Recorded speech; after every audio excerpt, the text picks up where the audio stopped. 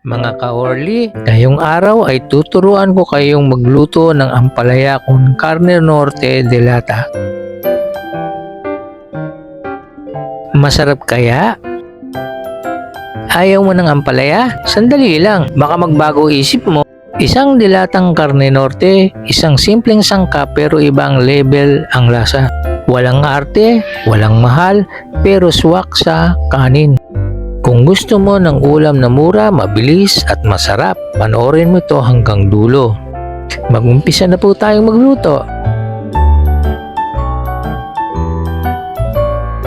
Pero bago ang lahat, intro muna po tayo. Maglagay ng butter sa kawali at kaunting mantika. Kapag mainit na ang mantika, ihulog ang sibuyas at bawang. Igisa. Kapag mabango na ay ihulog ang carne norte de lata. Kamatis.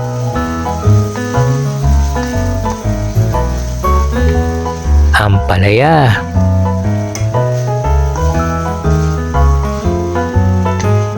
Ibinabad na sotanghon sa tubig.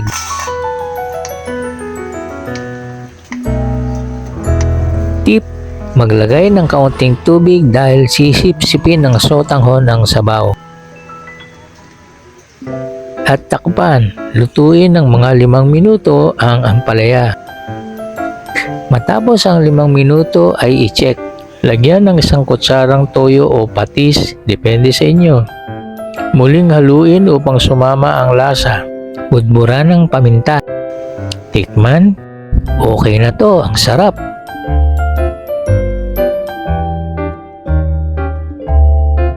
Ibuhos ang binating itlog. Sabi ko sa inyo, nasisip-sipin ng sotanghon ng sabaw, kaya magdaragdag pa tayo ng kaunting tubig.